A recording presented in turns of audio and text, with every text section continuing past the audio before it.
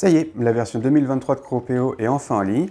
Elle permet de mieux répondre aux besoins des utilisateurs, de pouvoir mieux s'adapter à la récolte du foin et de la luzerne, et aussi de pouvoir commencer à travailler sur d'autres activités. Je vous propose un petit aperçu des quelques évolutions présentes dans cette version. Une grosse évolution dans cette version est la mise en place d'un tableau de bord. Il permet aux responsables d'avoir une vue d'ensemble de ces chantiers et pouvoir au mieux s'organiser en fonction des besoins. Dans ce tableau de bord, on va retrouver pour chaque statut la surface totale qu'il y a à faire, le nombre de bottes qui restent à grouper ou à ramasser, et le nombre de bottes totales ramassées ainsi que la superficie réalisée. On retrouve aussi une carte qui permet d'avoir la vue d'ensemble des chantiers. L'autre belle évolution est aussi la récupération automatique du contour et des surfaces des parcelles. Lors de la création d'une parcelle, en positionnant le point GPS, automatiquement les contours et la surface seront récupérés.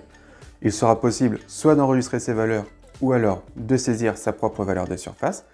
Et cette modification est disponible dans l'application web, mais aussi dans l'application mobile. Depuis le départ dans Cropéo, il est possible de créer des groupes de parcelles qui fonctionnent comme des étiquettes d'information que l'on vient renseigner sur une parcelle. Et ces étiquettes servent de filtre d'affichage depuis l'application mobile par exemple. Dans la version d'aujourd'hui, les groupes vont pouvoir être sélectionnés ou désélectionnés depuis l'application mobile, et ainsi Cropéo va pouvoir être personnalisé dans son usage en créant ses propres statuts par exemple. De même, depuis le départ, il est possible de renseigner des observations dans Cropéo qui sont des zones de texte libres.